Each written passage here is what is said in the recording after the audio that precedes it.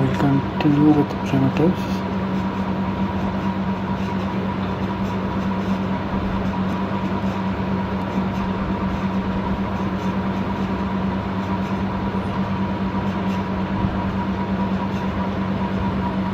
So first, what is a primitive? In computing, a primitive is the smallest processing instruction for a given abstraction level. Put simply, you can think of primitives as the simplest building blocks you can give to a user to create something useful. From the user's perspective, they're black boxes that do something you need, but you don't care about the specific details of how. And so they abstract away implementation details. In the context of quantum computing, a high-level user is generally interested in writing quantum algorithms without worrying about hardware details. Based on this, good candidates for primitives have started to emerge. An estimator primitive computes expectation values of observables with respect to states prepared by quantum circuits. If you're hearing about expectation values for the first time, check out this quick primer below. Users generally specify a list of circuits, observables, and possibly some additional configuration.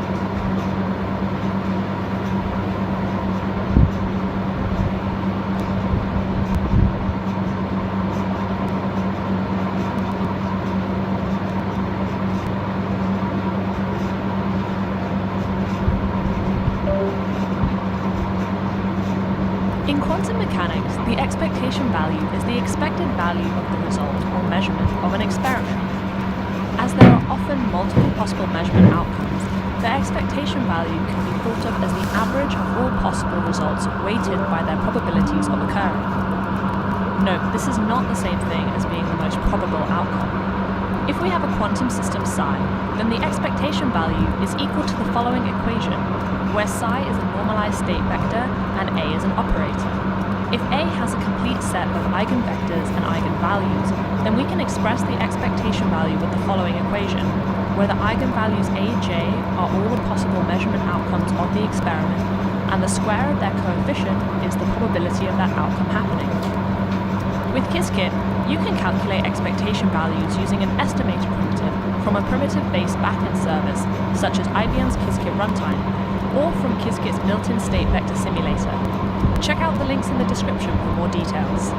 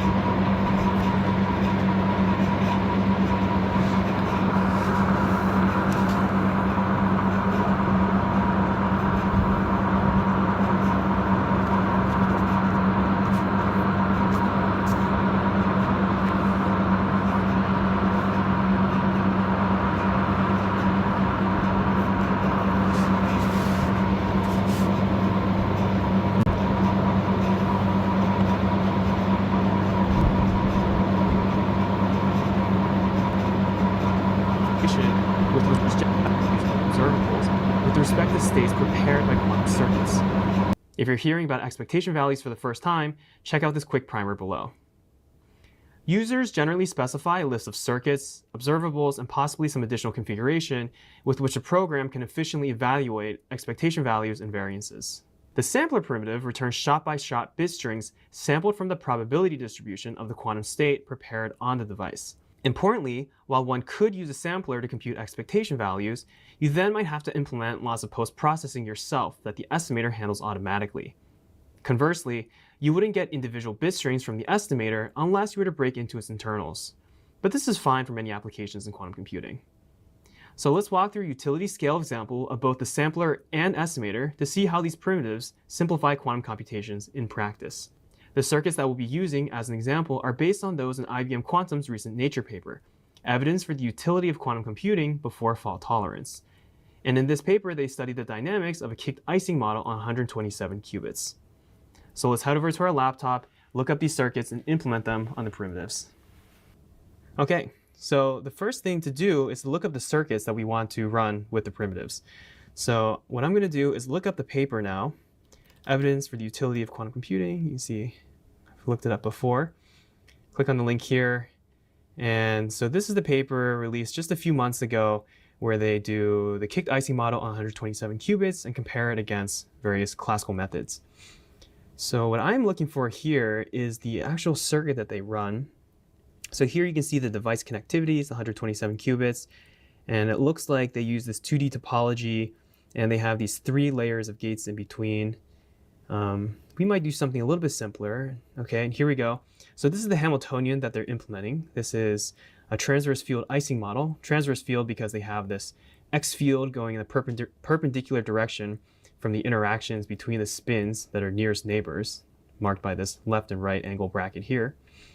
And then when you do the first order trotterization, you can see that you get these exponentiated forms here, and then it results in these layers of RZZ gates and these layers of RX gates here.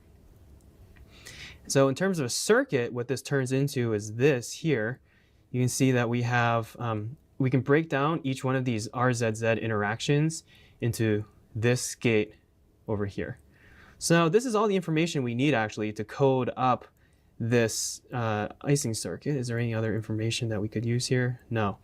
So what the circuit's going to look like basically is that we're going to define some connectivity between the qubits, and the nearest neighbors are then going to be connected by these interactions over here, and then we'll have this transverse field being applied to every qubit after each trotter step as well.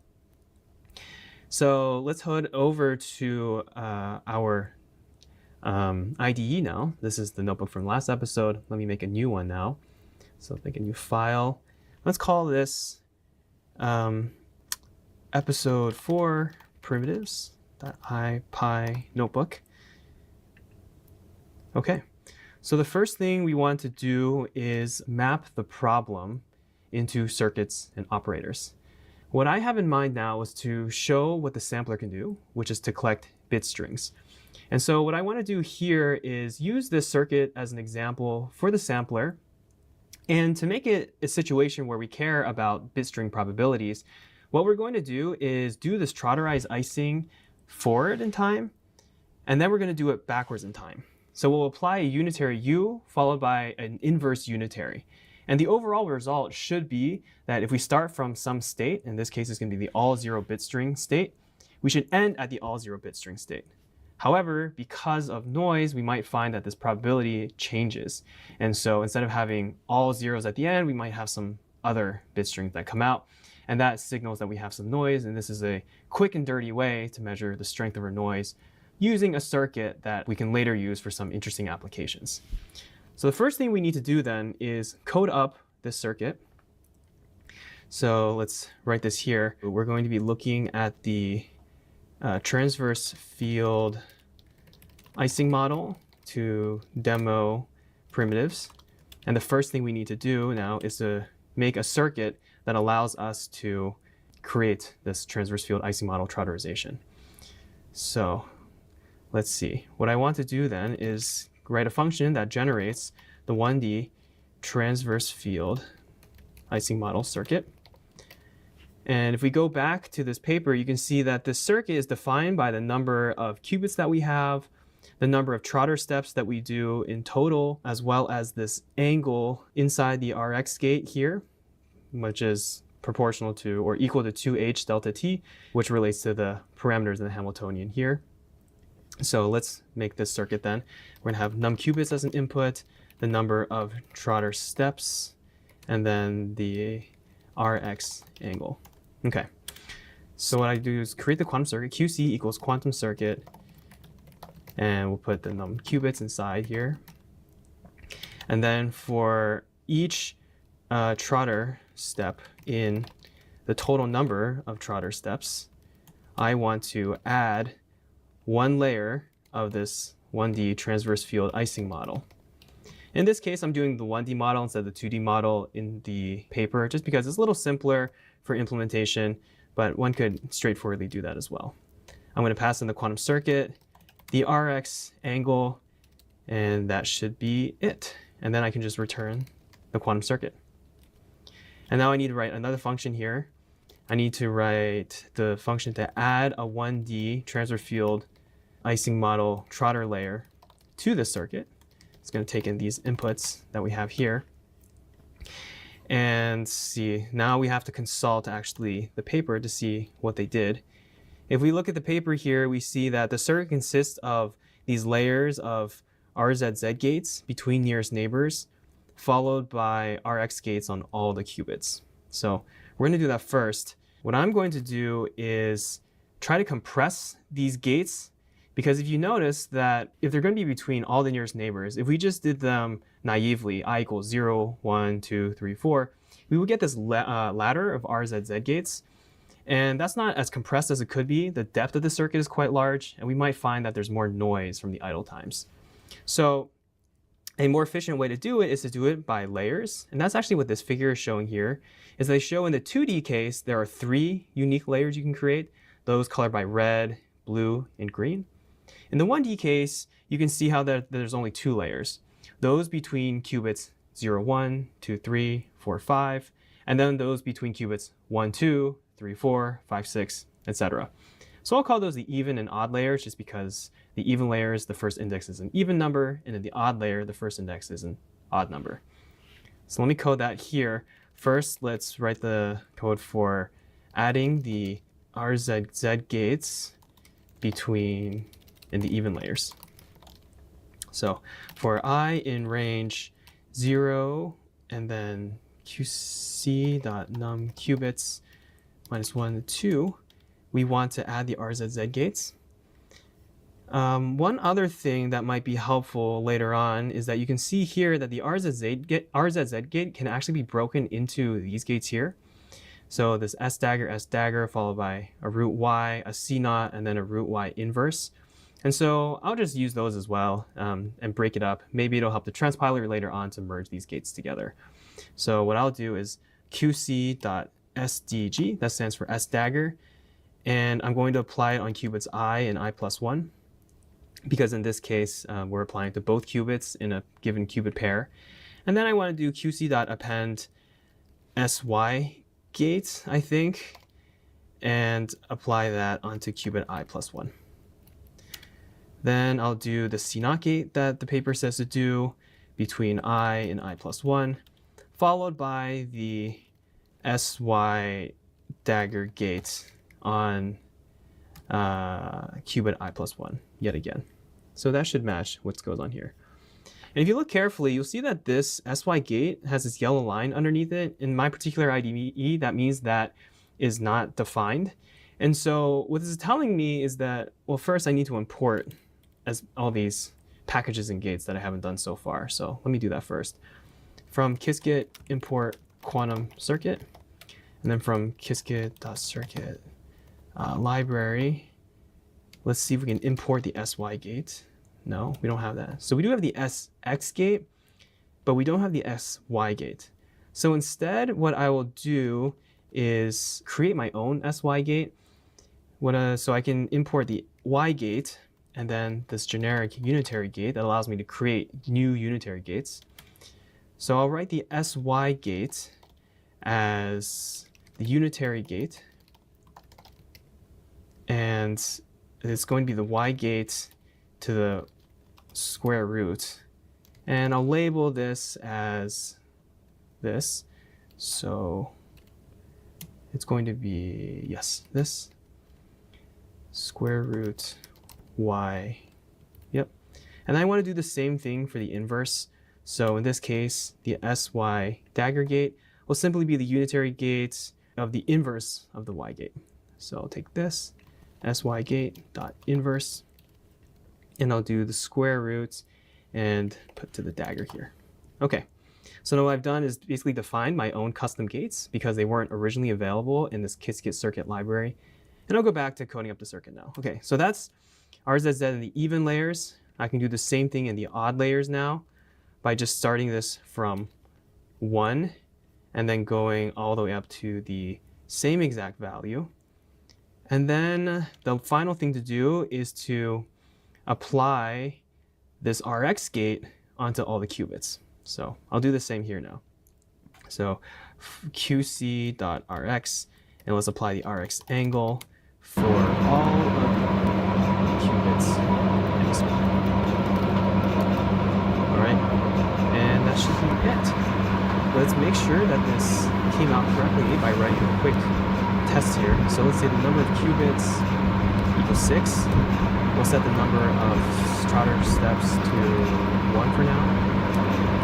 And then let's set the Rx angle to, let's say 0.5 times pi. Let's get the circuit using a new function by passing in the qubits, the num Trotter steps, and the Rx angle. That's it. And then let's draw QC draw up again. Piano looks really pretty. It might be a long circuit, so fold is -1, so it's all on one line. And let's try this function out. Okay, that ran just fine. And let's hit enter here to see how it looks. Okay, so there we go. You can see we have the 6 qubit circuit, and we're assuming they're all connected nearest neighbor through a 1D chain. And we've got the S dagger gates on all qubits, followed by the square root of y, followed by the C naughts between pairs, followed by the square root of y inverse, and then followed by the same thing on the odd layers here, and then we have an Rx gate applied to each one. This visualization is a little bit confusing, so why don't I throw an extra keyword here that allows me to put in barriers if I would like.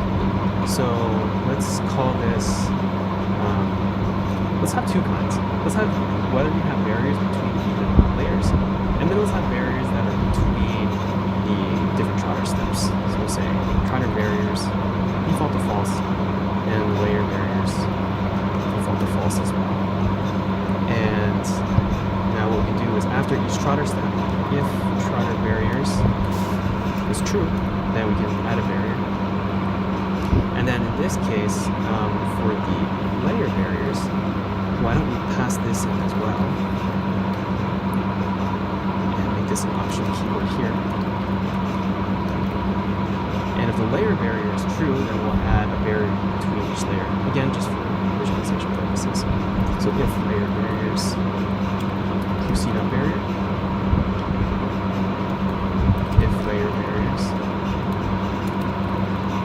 QC.barrier, and finally one more time, if layer barriers, QC.barrier. Okay, run this again. Let's pass in layer barriers, Trotter barriers equals true, and layer barriers also equals true. Okay, so this is a lot clearer to see now.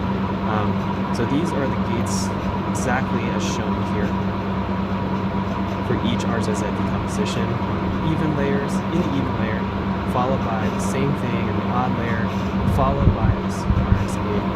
Now I can set Trotter steps 2, for example, and we can see what happens now. Now we get this circuit, followed by the exact same thing again. So it looks like we have the circuit now to generate the one-dimensional transverse field Trotterized IC model. The next thing to do, let's start going into implementing this for the sampler. So, demo, sampler. And like I said before, for the sampler, I'm interested in showing how we can collect information on a bitstring by bitstring level. And so what I want to do is plot the probability of having all 0 bitstring after we run the circuit forwards and then backwards. So far I've coded the circuit going forwards. Now we need to do the same thing for the circuit going backwards. But let me do that, write that up really quick as well here. Okay, so there is probably a smart way to do this in which I can take each instruction in a given circuit and just invert it. But for the sake of clarity, what I'll do is actually just create a function that makes the circuit, but the inverse from right to left. And so the most straightforward way to do this might be to just copy and paste all this information here, and then just rewrite it. So generate mirrored 1D transverse field Ising model circuit.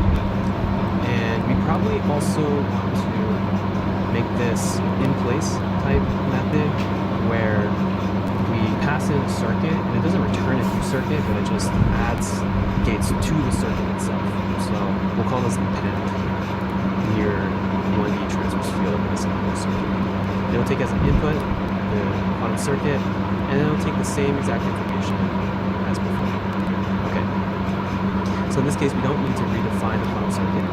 And then for each Trotter step, the Trotter steps, we want to add a mirrored 1D transverse field this Trotter layer.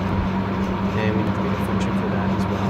Add mirrored 1D TFIM Trotter layer. In this case, what we're going to do is do this first. So we're going to add all the single qubit RX gates first. And to invert it, it's as simple as setting the angle to the cosine. So we'll do that here. And then we'll want to add the RZZ to the odd layers. So we'll copy paste this and add it over here. And we're going to want to invert all of these gates over here. So this should be pretty straightforward because we know that the inverse of the SY dagger gate is simply the SY gate. And then we can append the C0 gate, which is its own inverse. Then we'll go backwards and take care of this line, SY dagger gate. And then finally we'll invert this S dagger S gate. Oh, sorry, we don't need this last one. And then we can do this exact same thing for the even layers. And it might be more straightforward just to copy and paste this line here and then change this to starting from 0. Making sure we continue to add layer barriers if we like. Layer barrier. And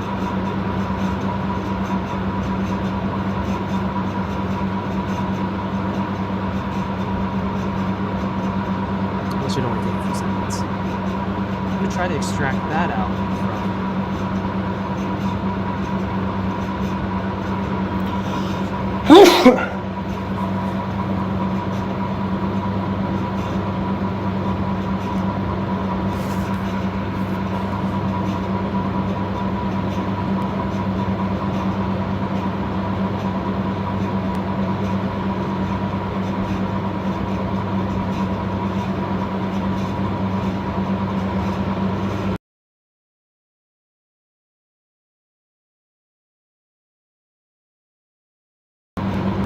We'll directly go through the welcome session.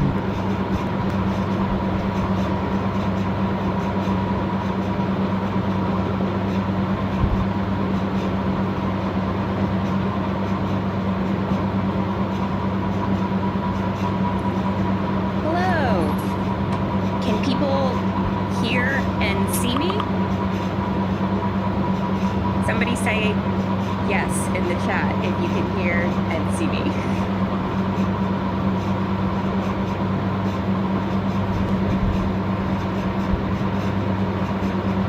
Chat, we good?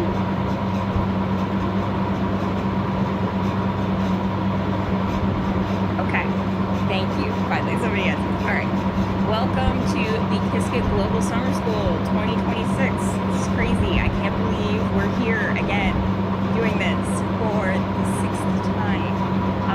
My name is Olivia Lanes. I run our education and contact team here at IBM Quantum, and I'm super excited to welcome you to this year's event. This year is themed A Decade on the Cloud. In case you were not aware, it's been 10 years since IBM first quantum computer on the cloud for everybody to use. That was in 2016. I was still in graduate school, and I remember this being announced and just thinking, what the heck is going on? And that my PhD suddenly became very different, because the machine that I went to graduate school to learn and how to use is now being released and everybody can use it. And that was just a crazy thought at the time, and in fact, it's still kind of a crazy thought. So that's this year's theme. We are celebrating that it's been 10 years since that monumental effort, and I'm so excited to welcome you to this summer's event. We only do this once a year, but it took so much work and so much preparation that I can't believe it's finally. So let's just go over a few things at the very beginning, and then we will have people welcome you to the very first lecture. All right. So the Kiskit Global Summer School is a 2-week intensive summer program designed to empower quantum researchers and developers of tomorrow. Like I said, this year's theme is A Decade on the Cloud. We're going to celebrate how far we've come since IBM first quantum computer on the cloud, but it's also going to be taking a very forward-looking lens to the next 10 years and what we can expect from this growing and budding industry. All right, if you haven't, please read through the attendee guide to find answers about the structure, to set up the agenda, and resources that you need. Make sure, if you can, you are in Discord. That's where we'll be answering the majority of questions from any other time besides Q&As, which are live. We really appreciate you making sure that this is going to be a healthy and exciting experience for everybody. So my number one request today is please do not share the course material outside of participants of the summer school. That means please do not share it on your LinkedIn, on the app formerly known as Twitter, on your personal GitHub. If you do this, I will be very sad, and I will curse you with a plague upon your next 1,000 runs on the cloud, and you will receive terrible fidelities and scores for all of them. So that is what I am asking you to do. Please do not share your course material outside the summer school. This is the experience. So what is new this year? If you've never participated in the summer school before, you're going to notice that we have a few different things that we've never done before. If this is your first experience, that's totally fine. So new this year, we have beginner track, where we're introducing new learners to better support beginners with no prior Kiskit experience. I'm asking people basically to join the summer school, participate as much as possible, and you don't need to make sure that you're signing up for all the lab assignments and completing all of the programming exercises. This is the beginner track, so you're not working towards the exact same goal as the advanced track. This year, in order to qualify for a completion or a certificate or badge, you must watch 80% of all core IBM lectures. That does not include the workshops or Q&As that include the core IBM content lectures. And this time, so you just did it.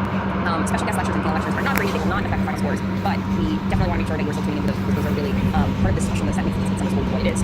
All right, this year we are also introducing quantum workshops. I wanted to make sure that this year felt more like the in-person summer school, and all the summer schools that I participated in the past had these workshop assignments, gatherings in the afternoon and evening. So I wanted to introduce those today. So we have a series of 4 optional professional development sessions aimed at participants who are interested in entering the quantum workforce either now or in the near future. These sessions are going to cover topics such as how to read a quantum paper, a professional paper, how to use GitHub if you've never used it before, how to network and what the best practices are for that. And if you're a true beginner, I super encourage you to join the workshop tomorrow, which is going to explore why quantum computing is just a scary topic, and we're going to sort of deconstruct those misconceptions and then put them all back together and understand where we can go from here and how we can make this more accessible topic for everybody. Again, not graded, but I really think that they are worth participating in, and I super encourage everybody who's interested in those topics to join. All right, now please take a quick look at the week 1 schedule. In case you did not know, this is the welcome session. I am Olivia. I am welcoming you to the summer school. At 8:30, we are going to jump into the very first lecture called Why Quantum? What problem are we solving here? With Roland, who is a new member of the engineering team on the team that I work on, and he's going to be delivering that lecture, and I'm sure he'll do a stellar job. And then I will be joining you all at 10 a.m. Eastern time to do a live Q&A with Roland. And then this afternoon at 12, we are going to have our first lab. All right, so that's just today, but you can see we have the schedule lined out for week 1. And I just wanted to make a quick note here. Tomorrow is the first workshop, why because quantum computing seems so spooky. And on Friday, we have our first distinguished lecture with Ignacio, and everything else, I think is all right, week 2, a couple things to highlight. We are going to have our distinguished lecture with some members of the Cleveland Clinic. We're going to talk about clinical applications in the quantum computing space at 2 p.m. Eastern time on Monday. We'll also see that the very last distinguished lecture is on Thursday, a little bit of a weird time, with Aaron Harrow. Definitely you don't want to miss that. And you'll also see the workshops, workshop 3 and 4 on Tuesday and Friday, and all the labs are here as well. A couple other things I want to mention is just, how hard that everybody who works on the summer school has worked this year. We have been putting in effort to make this a really exciting and hopefully the best summer school ever since like January. So this is really a huge effort. I just wanted to take some time to thank my co-organizers, Marina and Marcel. Marina is leading the entire event. Marcel is the lab lead, and I am the content lead. Marina is in the chat here if I can answer some questions, so make sure you are figuring out how to use On24. It's a new platform this year. We upgraded from Crowdcast to Crowdcast sucked last year, so hopefully we won't have those exact sort of issues that we had last year. We'll have all sorts of new issues. A couple things Marina wanted me to mention is, if you did not figure this out already, you can sort of drag how many windows you have open at a time, and adjust the size for the presenters and slides. You can see, so you can adjust the size of all of that here, so hopefully you figured it out. Now let's take a minute to thank our quantum lecturers. Every single year I hand select the best and most willing participants that I can find within IBM Quantum Research who are willing to appear on camera and share their broad knowledge with all of you. And this year is no exception. I have selected the best of our quantum educators, and they're going to be sharing their knowledge with all of you in due time. So let's just give a thank you to all of our quantum lecturers. This is no small feat. Like I said, we spend hours preparing for this event, and then we have to record all these lectures, edit them. It's a whole thing. Next, I want to thank our lab creators, so people who are working on the coding labs behind the scenes. Big thank you to them as well. It's often the biggest part of creating the Qiskit experience because it's an upgrade. We always have to make sure we're using the latest version. We need to make sure that everything we do is accessible. You can also find all of our labs. You can use Qgrade, you can use Colab, you can use your local environment. So we have to test the labs on all of these platforms and make sure that they're working. So another big thank you and round of applause to all of our lab creators. I also want to point out some of our distinguished speakers. So this year we are going to feature 4 distinguished speakers, which I'm so excited to hear from. First, you're going to be hearing from Ignacio Serrat, who won a really big prize this year. If you do not know of him, then my Spanish boss is probably rolling over somewhere. I don't want to say he's great because obviously he's so alive, but he's probably shaking his head and pulling out his hair because this is an incredibly important man in the field of quantum information science. You definitely want to make sure you tune into his lecture. Then we will hear from Kenneth and Fang Chung. They are members of the Cleveland Clinic. They're going to be talking to us about how application in the clinical space and pharmaceutical industry space is going to be benefiting from quantum computing and actually making sure that we all understand how this technology is moving towards applications sooner rather than later. They're going to be sharing some of their most recent Lastly, we're going to be hearing from Aaron Harrow. He's currently on sabbatical, but he is a professor at MIT, the nicest guy. He's going to be talking to us about his take on quantum advantage applications and what the next 2 years are. So make sure you tune into all of the distinguished lectures. That is really, I think, what makes this experience so special. Alright, so this year we're using On24 for all streaming and live content. Make sure that you head to the Summer School Engagement Hub. You have probably already found it if you're listening to me here today. All of the lectures, labs, and workshops can be navigated to from the desired tabs on the On24 page. You simply have to click on the lab or lecture session you want to join. If it has already happened, then it's now on demand. So all you have to do is press play, and you'll be taken to the meeting. And I see people asking, will it count for the 80% if I watch the lesson later? Yes, it does. It doesn't matter if I watch live or later, that's what it is. Helpful tips, I think I already mentioned this. If you want to adjust what your session looks like, you just have to drag and move that across the screen. Definitely you're going to be wanting to use Chrome for the best experience. If you're using a browser, On24 might not work as intended. And if you have any sort of pop-up that asks you to register, just click on the tab that says login, and make sure you are entering the email address that you used to register from the beginning to your email address. Alright, Discord will be used for the summer school event communications, updates, study groups, lab work, and more. Again, do not share your solutions in the Discord. I will be very sad. And again, the play will come for you. So do not share your solutions in the Discord. If you want to give somebody a hint, if you want to encourage somebody, that's fine. No solutions. You have to make sure that you click on the verify button if you want to gain access to all of the channels in the Discord. So make sure that you verify your user. Study groups form and collaborate in channels. Mentors will be able to activate groups and join and provide guidance. We have plenty of mentors helping this year. You should see them in the Discord. You can ask them for help. But again, they're not going to tell you the answers. Alright, a lot of people always ask me about certificates and badges. This year, to qualify for a completion certificate or badge, you must want to get 80% of all 4 IBM Quantum lectures. Special guest lectures, panel discussions, Q&As, workshops are not graded. They will not affect your final scores. Participants in the advanced track also have to complete the lab assignments. Okay, so that's the difference. Beginners must watch the labs. Advanced participants must also complete the lab assignments, but not complete the lab assignments without watching the material. You still also have to watch the material. The labs, I see people asking that. They're like homework. That's how you will actually test your understanding and your ability to use history. Alright, so hope that is all clear. This is how you receive the certificate of completion for beginners, and then you will also be able to note for the Quantum Fundamentals badge and the Quantum Excellence badge if you complete what is seen here. Alright, next is the IBM Quantum Community Code of Conduct. Now, it's very long, and you should all take the time to read it. It's in the Discord, you can find it there. But I have posted some of the unacceptable things, which I don't want to see any of this year. If we all get through this entire summer school without having anybody get banned or anybody breaking the Quantum Community Code of Conduct, I will be so proud. I will be so happy. But some of the things that are not acceptable, even when presented as ironic or joking, you do not use any sexualized language, imagery, unwanted attention or advances. I don't think physical conduct is possibly ever here, but you never know. No trolling, no derogatory comments, no harassment, no publishing others' private information, doxing, without publishing screenshots or quotes, especially from Slack channels or the Discord without explicit consent. Do not spam. Do not send unsolicited messages over and over and over again. Do not use your favorite LLMs to output, advertise, or promote any sort of personal content. Do not spam the chat with your LinkedIn. There is going to be a special session dedicated to networking. This is something that we see a lot. So always want to connect, always want to share their LinkedIn. That's great. Do it in the Discord. Do not do it in the lab chat. Or do it in the workshop session specifically for networking. If you see anybody who is breaking or violating the code of conduct, please report it to a mentor or email quantum.insightus.com. We want to make sure it's safe and welcoming event for everyone. Alright, last thing, FAQs. Will the session be recorded? Is live participation required? I think I already answered these, but yes, everything is going to be recorded. Live participation is encouraged, but not required. To join or watch the content on demand, know that time zones are a real issue here. It's a global event, so yes, you don't have to watch it live. It's free if you can. We're doing our best to make this accessible to most people in most time zones during a live event, but we know it's impossible to reach every single person. So how many students are actually global summer schools? It's crazy. We have 12,000 participants. I cannot believe that number. That is like mind-boggling. We've never had that many participants before, ever. So I'm really excited to see what you guys are going to do. So we have already over 4,000 participants live right now, which is really great. So welcome to them. So I really encourage you to not give up, to stay with the material. You don't have to get raw off over the course of a week, over the course of 2 weeks. It's understandable. People get busy. People, might realize they feel a little intimidated and they feel like they're in over their head. I promise you, you're not. Just stick with it. How many votes? 10 of my friends, student colleagues, out of the summer school. No, I'm sorry. You're totally at capacity. I'm sorry. We can't have it anymore. Can I download or share this content? You cannot. Remember the play. We are going to share a bunch of reviews and update you more as we finish the summer school. And as we always do, before everything, we'll save it, we'll edit it, it will be uploaded to the Qiskit YouTube channel a little bit later this summer. Okay, so your friends are like, wow, that's a great program. Please tell me about it. It's like, hey, all of the recorded lectures are going to be on the Qiskit YouTube channel in just 2 weeks, and we recommend there, like, subscribe, do whatever you have to do, and you will make sure that you will be able to see all of the lectures as they are posted. This is a question we get again and again and again. Can I use LLMs to solve lab exercises? Look, guys, I don't think you can solve any of our lab problems using LLMs. We designed it that way. But this is a learning experience that you signed up for optionally. I hope on your own free will. Hopefully nobody is sitting there forcing you, and trying to use your desk to learn physics. This is an experience that you will get what you put into. If you cheat and use LLMs to try to solve all of the lab work, then yeah, you might get it back, but you're not actually going to learn anything. So please, put your best effort, complete them yourself. Now, if you want to use an LLM as a learning tool, maybe you get a bug, you say, hey, chat, hey, bug, what does this bug mean? Yeah, that's okay, we'll do that. But if you say, solve this problem for me, I hope you feel deep down in your soul because that is deep. Alright? If you are interested in other FAQs, you can please follow the links in your attendee guide, and we can try to answer your questions here really quickly. We have about 10 minutes left, so if you have any last-minute questions, I will try to answer them in the chat. Otherwise, please just stick around, and Roland will be with us in just 10 minutes for the very first lecture of the summer school. And again, I just want to say welcome, everybody. You're going to get so much out of this if you pay attention and really give it your best shot. I'm so proud. So many people who are interested in learning this stuff and participating. IBM put so many resources and so much time into making this a really great event, and you are all part of it. So again, I just want to say thank you, and stick around.